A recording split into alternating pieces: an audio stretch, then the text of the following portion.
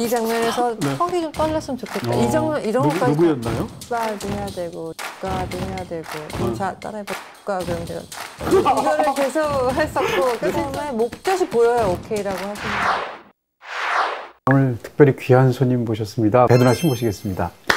안녕하세요. 네. 반갑습니다. 네, 오늘 나와주신 건 다음 소위 때문인데요. 네. 네, 다음 소위 참 좋은 영화였었고요. 먼저 그 전에 좀 근황 좀 여쭤보고 싶습니다. 네. 가장 최근에 촬영하시고 돌아오시게 된 것이 레벨문이죠? 어떠셨습니까? 촬영은 다 끝나신 건가요? 저는 이제 다음 소위를 2022년도 1, 2월에 찍고 네. 바로 3월부터 이제 잭 스나이더 팀에 합류해서 네.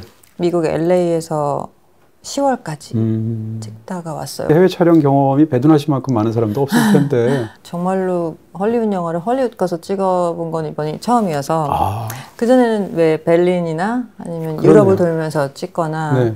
근데 정말 헐리우드 간판이 보이는 스튜디오에서 네. 찍어본 건 처음이라 네. 조금 좀 다르더라고요. 네, 할리우드 사인 보이는 그 스튜디오에서 출퇴근하는 방식으로. 체계적인 어떤 식단과 네. 또 웨이트 트레이닝과 막 그 제가 평소에 작업하는 방식이랑 좀 다른 네.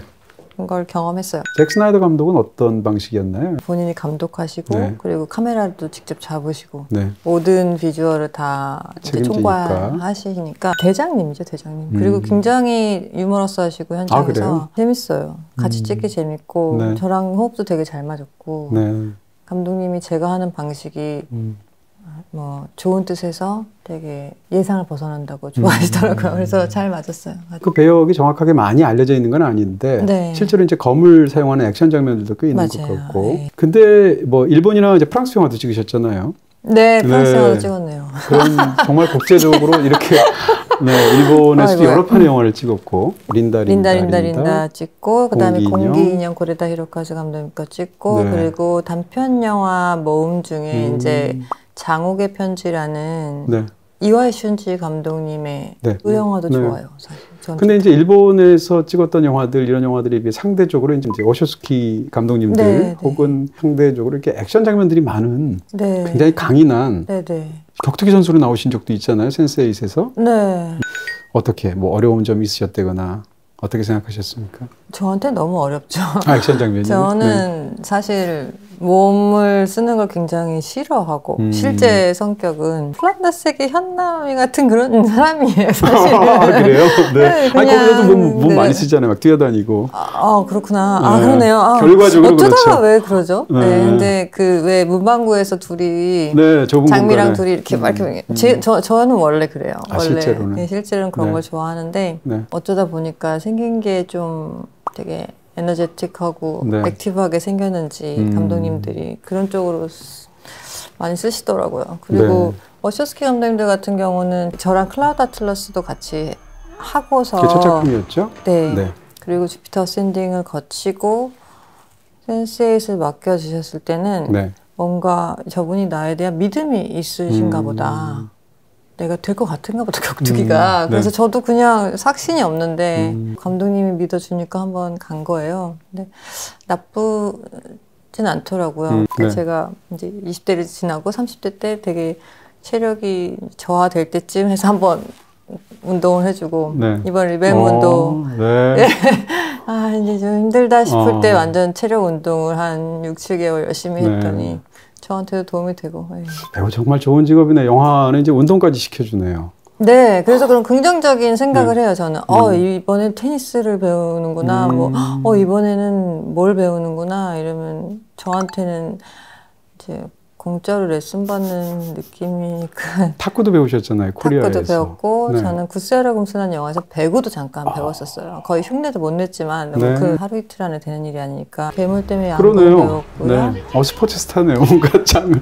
진짜, 네. 네. 그런 면에서 참 배우는 정말 어떤 면에서는 굉장히 어렵기도 하고 다른 한편은 참 복받은 직업일 수도 있겠다는 생각이 새삼스럽게 네. 들기도 하네요. 맞아요. 처음에 클라우드 아틀라스 때는 일종의 뭐 비디오 오디션을 보셨잖아요. 맞아요. 셀프 테이프라고 하는 걸 찍어서 보냈어요. 그게 저의 네. 첫 셀프 테이프였는데 이게 사실은 드문 일이었더라고요. 나중에 보니까 오디션이라는 거를 보통 배우들을 찾을 때 네. 극비의 시나리오는 돌리지 않아요. 보내지 않고 그냥 그 오디션 사이즈만 보내거든요. 근데 저는 그 아예 감독님을 미팅하기도 전에 풀 시나리오를 받았었어요. 클라우드 아틀라스를. 그때 이미 어느 정도 확신이 있으신 거네요. 그러셨나 봐요. 이 원작이 있다. 만약에 영어로 된 200페이지짜리 이 시나리오를 다 못 읽겠으면 원작. 그래서 저는 원작을 사서 봤죠. 어떻게 그 역할, 손미, 4, 5일 역할에 어느 정도 몰입을 시켜놓고 네.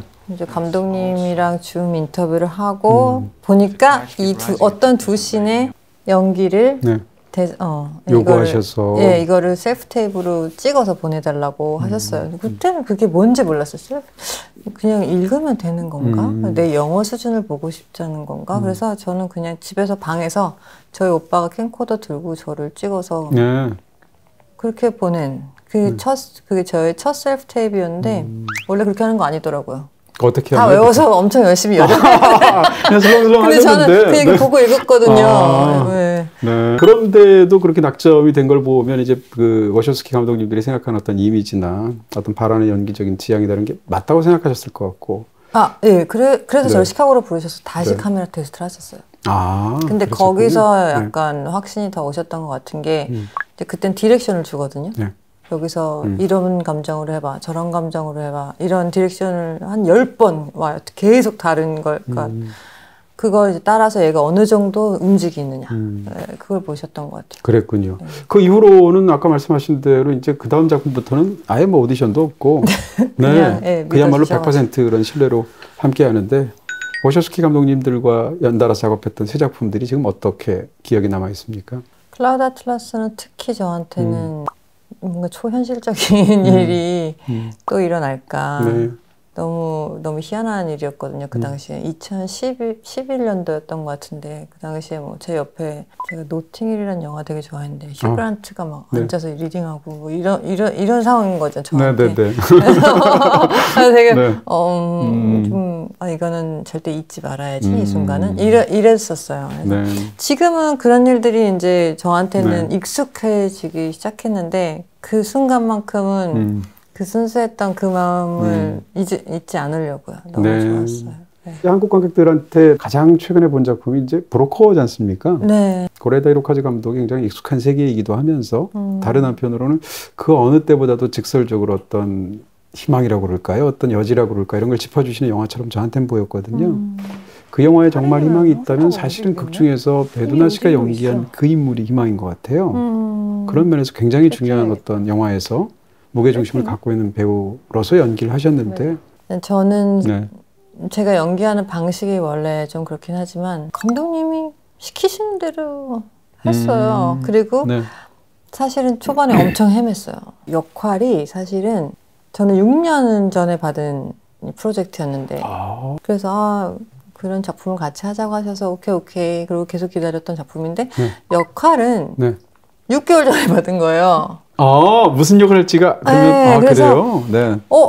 네, 뭐 그래서 하긴 하는데 이 역할을 잘 모르겠어가지고 아무리 대본을 봐도 이게 감독님이 추구하시는 바가 뭘까 이걸 잘 모르겠어가지고 그때 일본어 대본을 난 봐야겠다. 이 여자가 이런 여자구나를 일본어 대본을 보고 좀 더 많이 알게 되고 막 그런 노력을 했었어요. 감독님이 큰 힌트 하나 주신 게 이 여자가 이 말하는 방식이나 이런 게 대본을 보고 잘 알 수가 없는데 어떤 뉘앙스가 있냐 이 사람의 행동이나 말이 했더니 그냥 자기 같은 본인하고 가장 비슷한. 그래서 실마리가 이렇게 탁 터졌군요. 네, 그래서 이제 제가 좀 실마리를 잡고 들어갔었죠. 공기인형 이후로 디렉션이라는 게 따로 없으세요, 거의. 배우를 굉장히 믿는 타입이군요. 네, 거의 이제 다큐멘터리 찍듯이 그냥 관찰하시고 그걸 찍어내시고 이게 괜찮나 싶어도 그게 영화를 보면 괜찮더라고요. 자연스럽게 다음 소비로 이제 넘어가게 되는데요. 연기 인생에서 굉장히 많은 작품을 하셨고 수많은 직업들이 있을 거 아니에요. 그동안 연기해 오셨다. 근데 유달리 최근에 이제 상대적으로 경찰 역할을 많이 하셨어요. 맞아요. 이번 영화를 보면 자연스럽게 도희아를 떠올릴 수밖에 없는데 사실은 이제 그동안 뭐 배역 수를 생각하면 절대적으로 많은 건 아니거든요. 최근에 집중적으로 몇 편의 영화에서 경찰 역을 맡은 것이 왜일까 이렇게 저가 한번 생각을 해봤는데 배두나라는 배우에게서 감독들이 그런 어떤 하나의 상을 원하는 게 아닌가라는 상상을 하게 됐어요. 저도 그 생각을 했어요. 그렇죠. 제가 20대나 사회초년생이나 그럴 때 맡았던 역할들도 제 말이나 제 눈을 통해서 어떤 감독님이 하고 싶은 말을 전하는 그런 역할들이 좀 있었던 것 같아요. 그래서 형사 역할이나 이렇게 뭔가 그런 역할이 많이 들어오는 것 같고 저 자체도 그런 게 없어요. 뭐 이거 브로컷이 형사를 했는데 다음 소위에 또 형사야? 뭐 어때? 저 한 번도 이게 제가 형사 역할을 엄청 많이 한다고 생각을 안 했어요. 지금 이제 인터뷰들을 하면서 그 질문을 하도 많이 들으니까 아 내가 너무 했나 보다 이런 생각은 드는데 이제 조금 덜 해야겠죠? 아니요. 전혀 그렇지 않고 형사들이 다 다르잖아요. 예를 들어서 이 영화 다음 소위에서의 유진이라는 형사와 비밀의 숲에서 하셨던 형사는 성격이 완전히 다르잖아요. 완전히 거의 반대잖아요. 시니컬하거나 굉장히 정감이 있거나 이런 낙천적이거나. 그다음 또 영화라는 매체가 기본적으로 경찰들을 좋아해요. 사건의 성격상. 남자 배우들 중에는 경찰 역할 연기한 사람 많잖아요. 맞아요. 왜 저한테만 그러죠? 근데 진짜? 생방을 주방에서, 생방을 안방에서, 생방을 내 방에서, BTV 에어에서. 배두나 씨 연기를 사실 저도 이제 20년 넘게 보아오던 그런 팬의 한 사람의 입장으로서 말씀을 드린다면 굉장히 영화라는 매체에 잘 맞는 그런 훌륭한 배우라는 생각을 하고 있고 그러다 보니까 진짜 어떤 장면에서도 배두나 씨가 오버한 연기를 기억하지를 못하겠고요. 많은 경우에 오히려 연기를 살짝 덜하는 느낌이 있고요. 저희 엄마가 그러시더라고요. 영화 속에서 인물은 이제 데미지를 받는 거잖아요. 어떤 식으로든 좋은 쪽으로든 나쁜. 근데 그것을 이렇게 차곡차곡 가슴속에서 쌓아놓아서 저러다가 저 인물이 폭발할 텐데 하는 그런 어떤 내적인 긴장감으로 영화가 쫙 가는 느낌? 다음 소위에서도 그래서 영화에서 딱 한 번 폭발하잖아요. 제대로 이렇게 주먹을 날리시잖아요. 그런 장면 찍으셨을 때 더 어떤 임팩트가 훨씬 더 강한, 특히 이 영화에서는 사실은 감정 변화도 굉장히 적은 인물이잖아요. 폭발하는 장면을 찍으실 때는 이 영화에서 어떠셨습니까? 저는 사실 그래도 다음 소위에서 가장 많이 제가 감정의 폭을 많이 보여줬다라고 생각하는 편이에요. 사실 저는 보통 때 영화를 찍으면 진짜 마음속에 100이 있다면 진짜 한 20%만 정도만 보여줄까 말까고. 그러니까 뭐 요즘은 태블릿이나 아니면 폰으로도 많이 보니까 이제 그게 이제 제가 이제 거쳐야 될 숙제인데 스크린에서 할 때는 저는 내가 생각하는 건 반드시 관객에게 보인다. 그래서 많이 보여주지 않고 하거든요. 근데 더 액티브하게 관객들이 봐주기를 바라니까 같이 능동적으로 이렇게 영화를 참여하기를 영화에. 근데 이번 역할은 제가 조금 날 것으로 가자 라고 많이 노력한 거예요. 소희의 인생을 쭉 따라가면서 관객들이 일부에서 이미 많이 봤잖아요. 소희의 인생을. 그렇죠. 제가 갑자기 중간부터 나와서 관객들이 이미 아는 얘기를 한 번씩 더 짚어가면서 분노를 하잖아요. 그렇죠. 저는 그게 사실은 이게 괜찮을까. 나는 굉장히 신선하고 대본 자체는 좋았는데 내가 연기를 정말 잘하지 않고 만약에 수박 겉핥기식을 한다면 정말 지루할 것이다. 설명적이고. 그렇겠네요. 전 그 생각이 되게 부담스러웠어요. 그래서 이것은 내가 감정 변화를 전 나름대로는 되게 티내서 한 거였고요.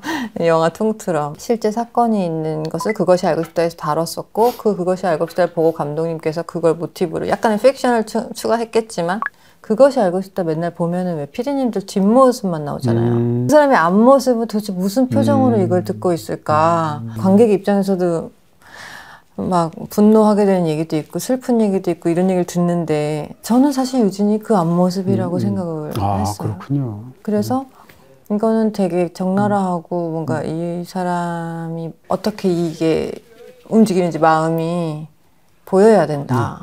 그 힘이 없으면 사실은 중간부터 끝까지를 이끌고 가기가 힘들겠다 이 생각을 했었거든요. 어떻게 편집이 되는지 모르겠어요. 사실 저는 아직 영화를 못 봤거든요. 본 사람 입장에서 제가 말씀드리면 소희라는 고등학교 3학년 학생이 인종이 현장 실습 비슷하게 해서 콜센터에 가서 이제 근무를 하다가 어떤 일을 겪게 되고 후반부에서 등장해서 그 모든 일을 따라가는 형사 역할로 나오시는 거잖아요. 극 중에서 이 유진이라는 인물이 처음 나왔을 때 세상에 저렇게 심드렁해 보이는 사람이 없고 세상에 저렇게 시니컬해 보이는 사람이 없고 아마도 추측컨대 이 인물한테는 이전에 많은 상처받는 일들이 있었을 것이다. 추측이 되는 방식으로 나옵니다. 듣기만 해도 너무 기분이 좋네요. 아, 그래요? 그게 그렇게 보였다면. 그렇게 보여요. 너무 잘 보이고요. 네, 그러다가 이제 초반에는 이 사건도 별거 아닌 거로 그냥 간단히 처리하려고 했죠. 네. 대충 그래서 이것만 하면 되겠네 이러고 이제 일들을 시키는데 소희가 일했던 자리를 이렇게 책상을 이제 시점쇼트로 쳐다보는 장면이 있는데 그 장면에서 배두나 씨의 그 미세한 표정도 표정이고 무릎을 살짝 굽히세요. 이렇게 굽혀서 그 아이의 책상을 바라보는 어떤 그런 시선이 잡히는 부분이 있는데 아, 이게 인물의 변화되는 순간이구나. 그 전까지 그렇게 시니컬했던 사람이 그 고3짜리 아이의 마음에 어떤 눈으로 그 자리를 이렇게 쳐다보는 순간 소희의 마음, 소희의 자리에 앉아보는 그런 서서 있지만 그런 느낌인데 아, 저게 배두나 씨가 진짜 훌륭한 연기지 이런 생각을 제가 사실은 했거든요. 어차피 네. 관객들은 집중해서 이 영화를 보러 온 사람들이고 그들에게 더 많은 상상력을 줘야 된다. 내가 다 보여줄 게 아니고 저는 그렇게 생각을 해요. 더 적극적인 관객이죠. 네, 더 적극적으로 네. 영화에 참여하고 연기를 해석해 주기를 바라고 그래서 저는 굉장히 많이 참는데 그거를 다 알아봐 주시잖아요. 네. 그게 너무 신기한 거예요. 그래서 자꾸 저는 확신이 들어요. 굉장히 인상적이었던 건 영화에서 이제 약간 검시하는 시신을 보는 두 번의 장면이 이제 등장하는데 근데 두 번째 장면에서 이제 그 사이에 이제 겪은 일들이 있으니까 첫 번째 배두나 씨가 연기하는 그 유진이라는 인물은 굉장히 사무적이고 바로 사인을 하고 그리고 끝나버리는데 두 번째는 그렇지 않잖아요. 그 두 번째 장면을 보면서 이 인물이 그 사이에 정말 뭐라고 그래요? 감정적으로 굉장히 많이 무너졌구나. 안에 굉장히 많은 걸 쌓았구나라는 걸 느껴지지만 그 인물이 그게 손을 떨면서 사인을 함에도 불구하고 어떤 경우라면 어떤 감독이라면 어떤 배우라면 무릎을 꺾고 울 수도 있는 거잖아요. 그 장면에서. 근데 그렇게 안 한단 말이에요. 네네네. 그런 장면 같은 것들을 좀 여쭤보고 싶어요. 같은 그 안치실 장면 두 개를 네. 하루 만에 다 찍었어야 됐기 때문에 사실 같은 날 찍은 거거든요. 것 같아요. 근데 진짜 걷잡을 수가 없이 막 너무 그렇겠죠. 미치겠는 거예요. 네. 그래서 나름대로는 잘 참았다고 생각하는데 저는 그런 데서 제 감정이 최소화돼야 된다고 자꾸 그렇게 생각하는 편인 거예요. 삐져나오는 거는 괜찮은데 감정이 그래서 관객들이 눈치채는 거는 괜찮아요. 근데 강요하는 게 싫어요. 배우가 어떤 감정을 관객에게 강요하는 거를 제가 관객 입장에서는 제가 그런 연기를 이렇게 되게 힘들어해서 제가 그걸 못하는 거죠. 그래서 만약에 지금 말씀하신 걸 들으면 제가 어느 정도는 삐져나온 정도로 그죠? 보여진 보입니다. 것 같고 네. 저는 사실 그 장면 보면서 이게 그 인물의 위험이고 배두나 씨의 위험이다라는 생각을 했습니다. 아유, 감사합니다. 네, 그런 부분에서 영화를 한번 직접 보셨으면 좋겠고요. 제가 이제, 봐야죠. 네. 이제 보시는 분들한테 한 얘기예요. 네, 배두나 씨한테 제가 어떻게 감히. 아니, 저도 봐야 돼요. 네. 여러분 같이 봐요. 한편에 근데 인물을 이제 살아내신다는 것은 이제 심리도 상상하시고 여러 가지 것들, 맥락들 다 고려해야겠지만 기회도 있어야 되잖아요. 습득해야 되는 어떤 그런. 이 영화 같은 경우에 춤추는 네, 댄서가 그렇습니다. 직업은 아니지만 그렇습니다. 이번 영화에서도 네. 뭔가를 배웠습니다. 네, 춤을 추는 이제 아이돌 춤을 이제 그 거울 연습실에서 춤추시는 아이돌 모습을. 춤을 춰요, 맞아요. 그렇죠. 깜짝 놀라지 않으셨어요? 깜짝 놀랐어요. 처음 나왔어요. 심지어 센터예요. 저도 놀랐어요. 네, 6명이 같이 춤을 추는데 정확하게 가운데 있는데 정말로 배두나 씨만 보이게 이렇게 하셨더라고요. 근데 어떠셨어요? 그런 춤추는 게 아까 몸 안 쓰는 거 좋아하신다고 얘기하셨는데. 아니 근데 뭐 영화를 위해서는 당연히. 네, 당연히 하지만 처음에 시나리오 볼 때부터 그 장면은 웃겼어요. 이게 내 역할이라고? 이러면서 막 혼자 웃으면서 봤고 한 줄이에요. 뭐 유진이 춤을 추고 있다. 그 정도였기 때문에 저는 그 정도로 제가 아이돌 힙합 춤을 추게 될 거라고 상상 못한 거죠. 감독님이 막 촬영 몇 달 전부터 한두 달 전부터 와서 안무가님들에게 춤을 배우래요. 그래서 내가 그때부터 약간 안무가님들에게 춤을 배워야 될 정도인가? 이렇게까지 제대로? 그래서 갔어요. 댄스 업실 갔더니 힙합이고 제가 센터인 거예요. 그러니까요.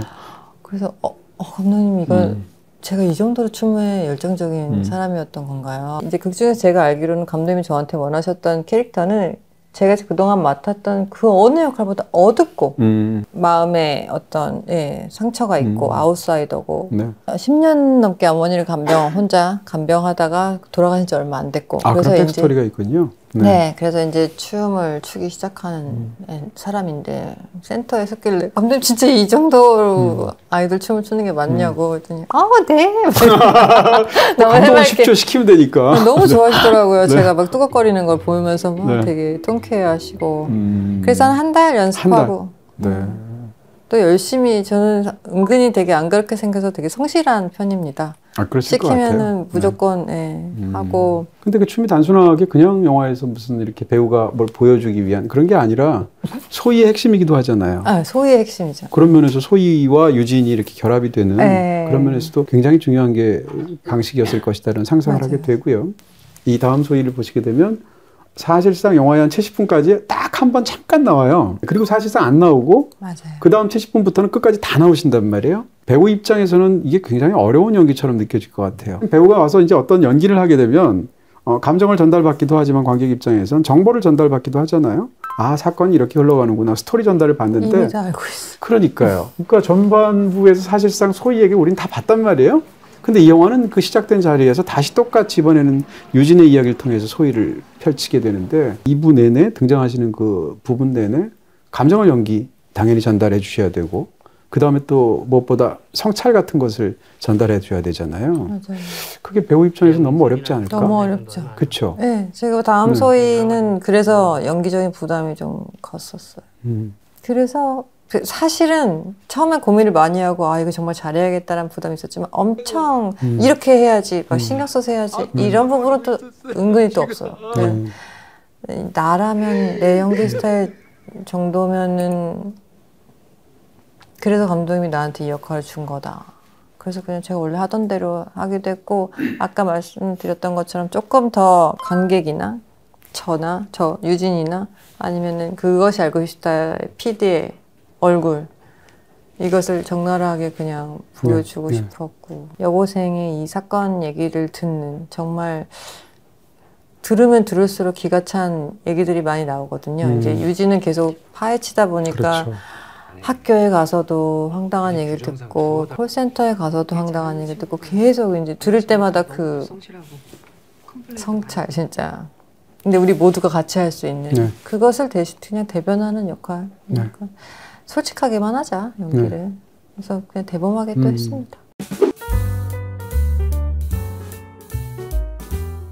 사실 이제 제가 배두나 씨랑 같이 출연한 적이 있잖아요. 아주 짧게 터널에서. 터널! 잘못하시죠? 이제 얼굴에 이제 표정이 맞아. 비웃음의 표정이. 아니. 저희 공연한 사이에요. 맞아요. 투샷으로 나와요. 맞아요. 터널. 맞아요. 근데 제가 뭐 한 0.5초 정도 나오고 이제 목소리 연기를 했었잖아요. DJ로. 근데 제가 맞아. 이제 갑자기 친밀감을.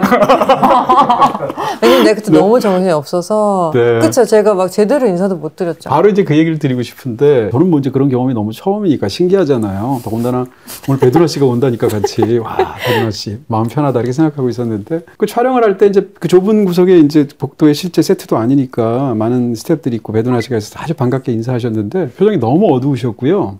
제가 놀랐던 건 저한테 잘해주셨거든요. 근데 그날 끝나고 나서 이제 조연출 분이 저한테 따로 일부러 전화를 해서 어떤 얘기를 전해주셨는데 배두나 씨가 저한테 꼭 가서 좀 죄송하다고 말씀을 전해달라고 했다고. 그래서 왜요? 라고 했더니 본인이 이제 너무 오늘 배역이 그날 가장 참담한 심정으로 라디오 방송국에 찾아온 연기였었거든요. 그러니까 남편에게 우리 이제 안 찾으러 가니까 기다리지 말라고. 하정우 씨한테. 그런 연기를 하다 보니까 그 연기를 해야 되는 그 순간에 슛 들어가기 전에도 이미 그 상황 속에서 사로잡혀 계셔서 저한테 제대로 챙겨줄 그런 마음의 여력이 없었다. 인사를 제대로 못했다고. 그렇게 해서 저한테 사과를 하시는 거예요. 근데 제 기억은 너무 잘해주셨거든요. 그래요? 네. 우리 현장에 아주 가끔 오시는 아니면 카메오라던가 이렇게 잠깐 오시는 분들은 제가 정말 잘해드리거든요. 그렇군요. 근데 제가 정신이 없어갖고 그날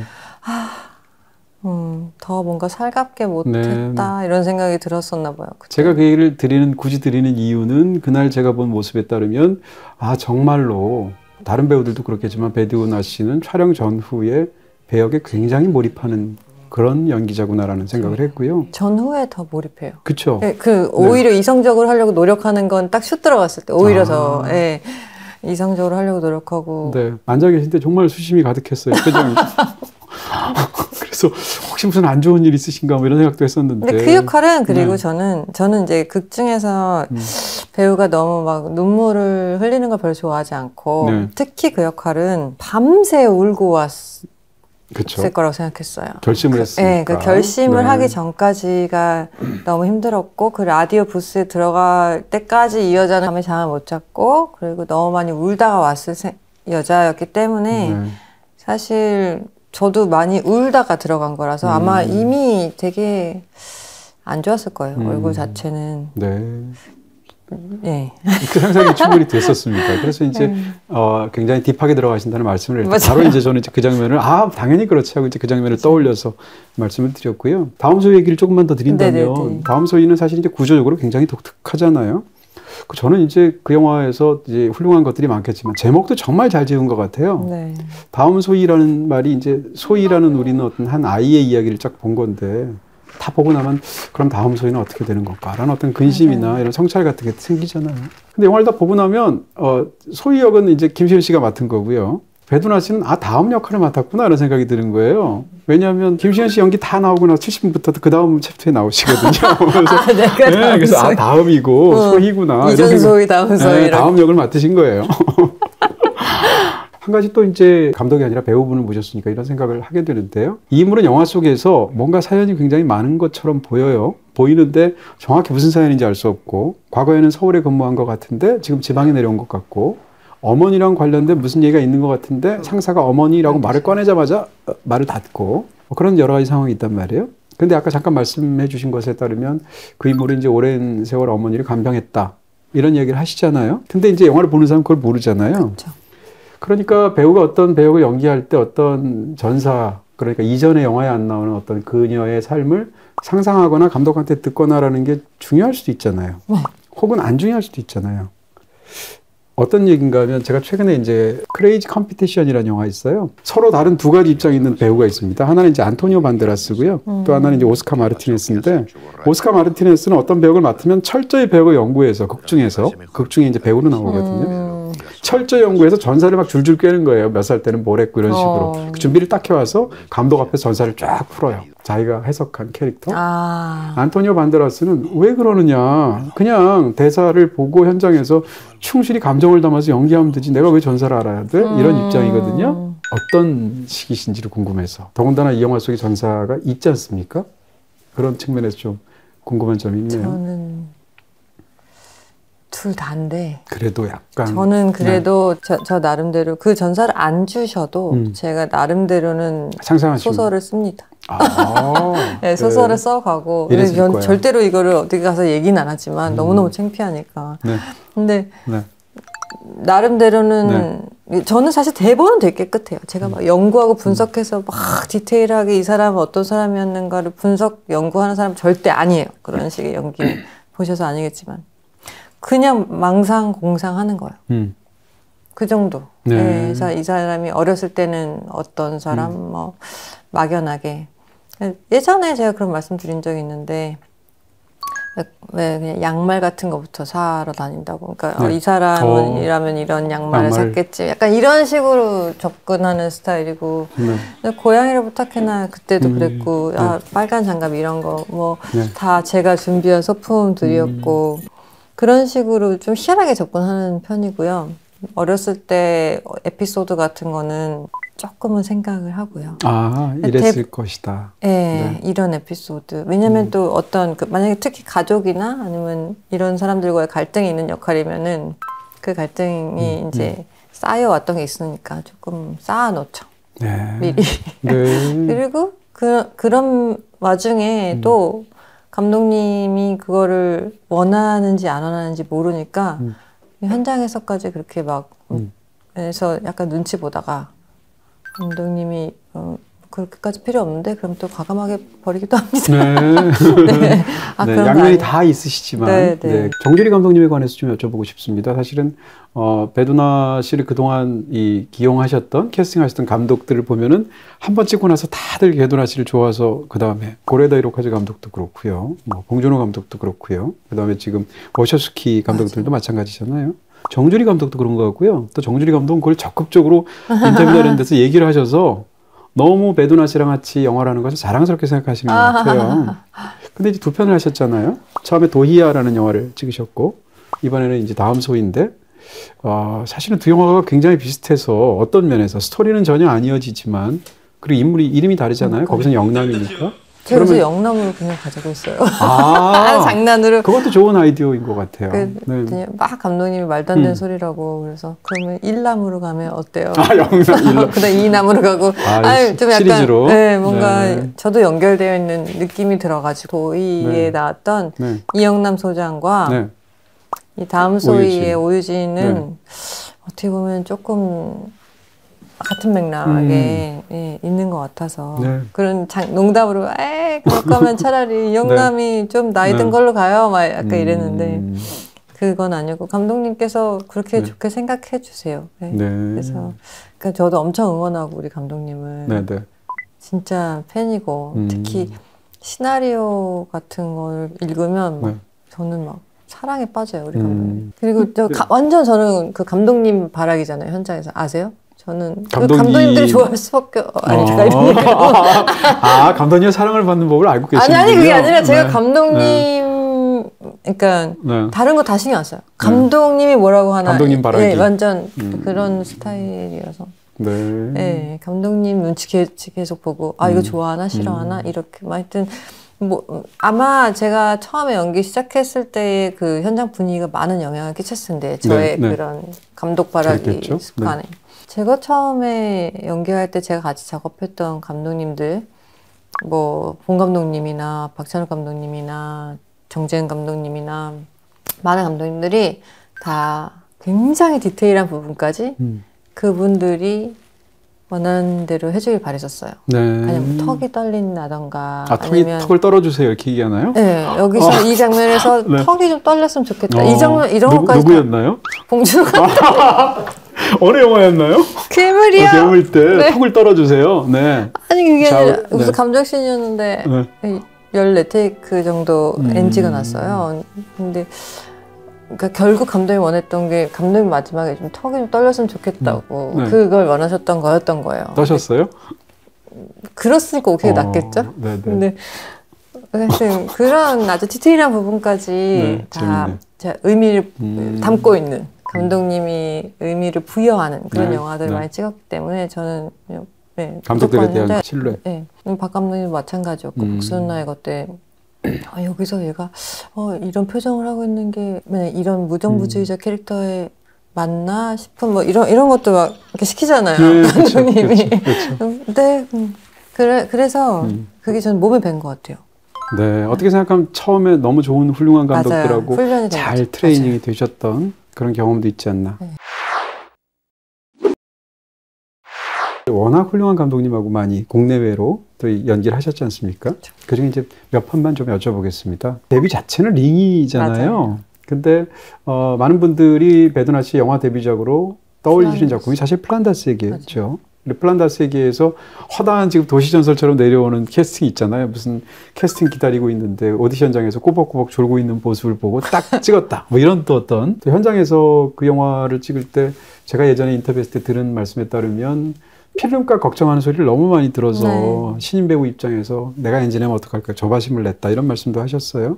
그럼요. 그 영화를 한번 생각하시면 그때는 좀 어떻게 생각하면 경력도 거의 없을 때잖아요. 거의 없었죠. 근데 그렇게 중요한 영화를 찍으셨잖아요. 어떠셨어요? 그때 당시에는 이게 어느 정도로 중요한 건지 얼마나 이게 그런 개념이 없었어요.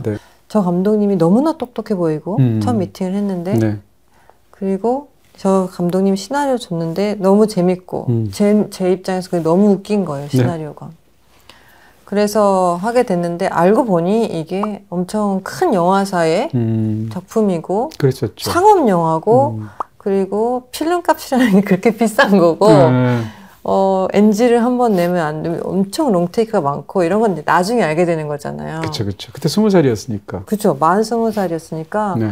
한잔 경험도 없던 애가 하나하나 배우고 그때 또 본 감독님 데뷔작이니까. 데뷔작이죠. 네. 서로 이제 약간 그래서 그 당시에 이제 필름값 너 때문에 필름값 많이 들었어 라는 소리를 농담으로 하셨겠지만 웃으면서 하셨겠지만 저는 그게 엄청 남아서 그 이후부터는 NG를 절대 내지 말자 주의 배우가 됐고 그때도 하품하는 장면 같은 거 12테이크씩 가고 그래가지고 롱테이크로 스테디캠으로 저를 따라오면서 제가 이렇게 하품을 해야 되는 거예요. 근데 그 하품에 목젖이 보여야 오케이라고 하시는데 목젖이 죽어도 안 보이니까 12번 테이크 가고 울었어요, 저는 결국. 정말 필름값 너무 아까워갖고.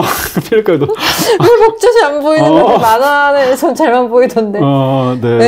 그랬던 기억이 나요. 그 정도까지 신경을 쓰셨군요. 그럼요. 지금도 신경 써요. NG는 곧 돈이다. 그리고 또 시간이다. NG가 요즘에는 필름값이 아니라 NG를 내면 시간이 많이 들잖아요. 그것도 다 돈이다. 이건 뭐 상업 영화 배우로서는 당연히 중요하죠. 당연히 중요하게 생각하고. 그러다가 세월이 좀 흘러서 이제 봉 감독님이나 배두나 씨나 둘 다 확고한 위치에 올랐을 때 괴물로 다시 만났잖아요. 저는 확고하지는 않았습니다. 괴물 때는 어떠셨습니까? 저는 재미있는 기억만 많이 있는 것 같아요. 일단 한강에서 촬영을 했기 때문에 저희 집 근처였기 때문에 마실 나가는 느낌으로? 그렇죠. 그리고 풍경도 다 예뻤고 물론 몸은 계속 많이 고생했죠. 저 2다리에 쥐가 나도록 뛰어본 건 정말 처음이에요. 영화에서 마지막 파이널에서 그 편집에서 많이 잘린 건데 제가 원래는 달리는 장면 되게 많이 찍었거든요. 그 영동대교쯤에서부터 이제 원효대교까지 뛰는 거니까 그 여자가 엄청 많이 달리고 했지만 재밌었어요. 촬영하는 내내. 그리고 그때 같이 촬영했던 배우님들도 다 큰오빠 작은 오빠라고 부르면서 송강호 선배님이나 박해일 선배님이랑 되게 가족같이 지냈었고. 송강호 씨랑 또 유달리 많이 연기하시기도 하셨어요. 제가 아마 송강호 선배님이랑 4작품을 같이 했는데 결과적으로 최다 공연 여배우라고 하더라고요. 박찬욱 감독님하고도 또 복수는 나의 것이란 초기 걸작을 같이 하셨잖아요.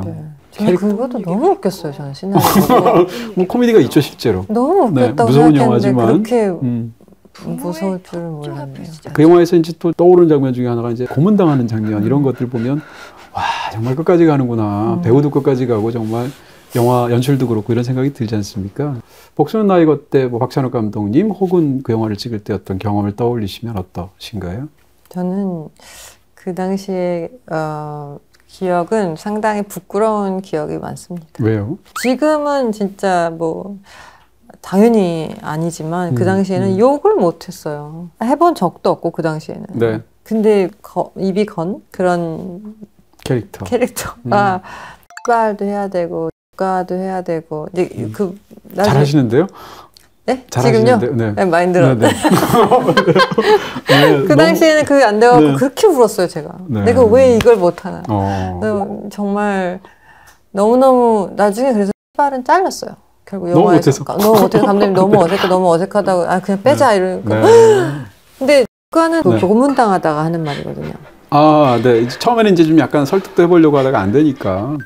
감독님이 앉혀놓고 자 따라해봐. 그러고서 이제 가르쳐 주시고. 그 장면을 찍었으면 정말 메이킹 필름으로 완벽했겠다 이런 생각이 드네요. 아마 있을걸요? 그래요? 계속 감독님 앉혀놓고 자 따라해봐. 그럼 제가 이거를 계속 했었고 진짜 순진하고 욕도 못 해보는 거예요. 바보처럼. 감독님이 내가 여배우랑 촬영하는 건지 아역배우랑 촬영하는 건지 모르겠다고 그렇게 말씀하실 정도로. 더군다나 영화에서 그 캐릭터는 본인은 세상을 다 한다고 생각하는 캐릭터잖아요. 맞아요. 그러니까 더 당차야 되는데. 그리고 많은 분들이 이제 기억하시는 저도 또 너무 좋아하는 고양이를 부탁해가 있습니다. 제가 너무 좋아하는 장면은 만두 먹는 장면이에요. 정말 극중에서 연기하는 저 인물이 어떤 인물인지를 너무 잘 아실 것 같은. 그리고 그 인물이 너무 다른 한편으로 사랑스러운 그런 연기였는데요. 고양이를 부탁해 때는 어떤 느낌이 지금 남아있습니까? 역시 또 오랜 세월이 지났네요. 고양이를 부탁해는 오히려 연기한다는 생각 자체가 별로 없었던 것 같아요. 사실은 그렇게 좋게 보셨다면 제가 너무 감사드리는 건 저 자체의 모습을 많이 투영된 이 역할 자체도 나랑 좀 비슷하다 이런 생각을 했었고 정재은 감독님도 약간 디테일하시긴 한데 고레다 감독님 같은 면도 있어요. 좀 맡겨주는? 지켜보는. 네. 그러고 보니까 두 분이 다 다큐멘터리를 그러네요. 네. 하시네요. 네. 다큐멘터리 출신이시고 또 다큐멘터리 많이 하시고 찍으시고. 정재은 감독님도. 그래서 어떤 그냥 저 자체가 느끼는 대로 했던. 어떻게 생각하면 배두나 씨의 모습이 가장 많이 투영된 맞아. 영화 중에 한 편? 네. 이렇게 볼 수 있겠네요. 네. 그렇게 뭐 찜질방 한 구석탱이에서 이렇게 나른하게 전화 받고 이런 게 저랑 상당히 비슷해요. 네. 그리고 이제 여쭤보지 않을 수밖에 없는 게 이제 고레다 히로카즈 감독인데 공기인형으로 나오셨잖아요. 네. 고레다 히로카즈 감독의 대표작 중에 하나로 공기인형이 잘 거론이 안 되는 경향이 있어요. 맞아요. 네. 왜냐하면 이제 고레다 히로카즈 하면 다 가족 영화를 생각해서 그런 건데 저는 공기인형이 특히 이제 촬영도 너무 아름답고 그 속에서 배두나 씨 연기도 너무 좋고 또 감독님이 평상시 잘 안 하는 얘기이기도 하고 그 영화를 참 좋아하는데요. 이제 본격적으로 어떻게 보면 일본 영화, 해외 영화에 출연한다고 볼 수도 있고 공기인형은 또 쉬운 배역이 아니잖아요. 그런 면에서 어떠셨습니까? 지금 떠올리시면 그 영화가 어떻게 기억으로 남아 있으신지. 저도 물론 한 작품을 하고 나면 진짜 활활 불태웠다라고 생각될 때가 있는데 네. 공기인형은 진짜 그런 것 같아요. 제가 선택 단계에서부터 정말 이거 해도 될까? 그때 고민이 있었던 역할이기도 하고 좀 뭐 누드도 있었고 저만 한국인이었고 그 당시에 이제 그렇잖아요. 일본에 가서 찍어야 되고 유학생 설정도 더 이상 아니었고 린다에선 그랬죠. 네, 이제 한국 유학생 역할이어서 별로 부담이 없었는데 공기인형은 인형 역할이고 인형? 어떻게 연기하는 거지 인형? 그래서 그런지 제가 진짜로 1분 1초 굉장히 여러 가지 고민을 하고 찍었던 정말 활활 불태운 약간 미련이 없달까? 나중에 이제 그 공기인형이 그 쓰레기 소각장에서 누워있는 장면이 마지막으로 저희가 그때 마지막 장면을 실제로? 마지막에 찍었어요. 근데 그때 정말 진짜 내가 쓸모가 이제 더 이상 없어지는 것 같은 느낌이 들 정도로 다 쏟아부은 배두나 자체도 이제 쓸모가 없어지는 것 같은 정도로 다 썼다. 내 공기는 다 쓴 것 같다. 이렇게 생각될 정도로 불태웠죠. 미련이 없이 최선을 다한 작품 이렇게. 네. 그래서 그랬는지 사실 이제 공기인형 끝나고 나서 제가 배두나 씨를 인터뷰한 적이 있는데 그때 굉장히 이렇게 뭐라고 그럴까요? 어떻게 생각하면 허탈한? 영화는 너무 좋게 잘 나오고 최선을 다했는데 6개월 동안 다른 작품을 못 구했던 못 잡았어요 제가. 너무 하기 싫어가지고 영화를 연기를. 네, 그런 기억이 지금도 나게 됩니다. 자, 이제 한두 개만 질문 드리고 이제 끝날 수 있을 것 같은데요. 일단 생각 드리고 싶은 것은 배우가 오랜 세월 연기를 하게 되면 손이 안 잡히고 굉장히 허전하기도 하고 또 약간 어떤 면에서는 다른 생각이 들기도 하고 이래서 물러나 있는 시기도 있으셨잖아요, 약간. 반면에 요즘 배두나 씨 보면 아니 이분은 연기하는 기계인가 싶을 정도로 너무 많이 하시는 거예요. 저는 그게 너무 좋다고 생각하는 쪽인데요. 이게 에너지가 있어야 되는 거지 않습니까? 네. 그런 부분에서는 어떻게 해결하고 계신가요? 요즘 제 페이스 유지해야죠. 저는 뭐 집순이라서 촬영이 없으면 그냥 집에 있고 모든 배우들이 그런데 그런 배우들 많죠. 네, 되게 집에 있는 거 좋아하고 에너지를 딴 데 잘 안 써요. 평상시에 워낙 또 그렇게 에너지를 퍼서 이렇게 쓰셔야 되니까. 네, 현장에서 다 써야 되니까 그런 생각이 들어요. 저는 운동선수 같다라는 생각을 했는데 특히 레벨문 촬영장에서 다른 사람들은 어떻게 연기하는지 모르겠지만 대부분의 배우들은 제 생각에는 운동선수처럼 어떤 시합을 나가는 기분으로 저는 출발선에. 세트에 가거든요. 그래서 막 응축해놔야 되잖아요. 그 에너지를. 이때 한번 다 쓰려고. 그래서 사람들이 집에서 쉰다고 생각하고 트레일러에 쉰다고 생각하고 분장에서 대기실에 쉰다고 생각하지만 사실은 계속 긴장하긴 하거든요. 그 촬영하는 동안은. 그래서 운동선수 같다. 내가 이 시합에서 쓰려고 이 한 씬에 이걸 시합이라고 표현한다면 쓰려고 응축해 놓는 거라서 그 페이스 조절을 좀 잘해야 된다고 생각해요. 그리고 그걸 잘 해왔다고 생각하고. 자, 마지막으로 질문 드린다면 연장선상에서 한 가지만 더 드리고 싶은데 배우가 어떤 직업보다 세상에 대한 사람에 대한 호기심을 잃으면 끝장이지 않을까 이런 상상하게 되거든요. 영화에서 이제 공기인형 얘기를 다시 하게 되는데 그 노조미라는 캐릭터가 인간이 아닌 캐릭터에서 처음으로 이제 영화 초반에 움직일 수 있게 되어서 바깥으로 오면 빗방울 떨어지는 것도 신기하잖아요. 손을 내밀면서 처음 하는 영화 대사가 이제 아름답다 이런 거였는데 만약에 배우가 세상에 대해서 아름답다라는 걸 느끼지 못하고 타인에 대해서 궁금하다라는 걸 느끼지 못하면 그러면 배우가 과연 본인의 어떤 그런 능력과 재능과 기술만으로 해결할 수 있을까? 이런 상상을 하게 됩니다. 뒤집어서 얘기하면 그런 호기심이라는 것은 타고나는 게 있을 것이고 또 본인이 또 이제 개발해서 그걸 또 가져갈 수 있는 것이 있을 텐데 어떠신가요? 그런 측면에서. 배두나 씨는 사실은 책도 쓰셨고 많이 쓰셨잖아요. 그리고 또 여행도 많이. 제가 알기로는 서너 권 쓰시지 않았나요? 네, 그 다음에 사진도 찍으셨고요. 네. 또 다양한 활동도 하셨는데 이런 어떤 호기심을 유지하려는 혹은 본인이 맞아요. 얼마나 호기심이 많아요. 그러시죠. 네, 저는 네. 뭐든지 호기심이 많고 부딪혀보고 경험해보는 거 좋아하잖아요. 근데 인간에 대한 그러니까 호기심이라는 거는 뭐한데 저는 되게 네. 희망과 기대가 아직도 되게 있는 사람인 것 같아요. 네.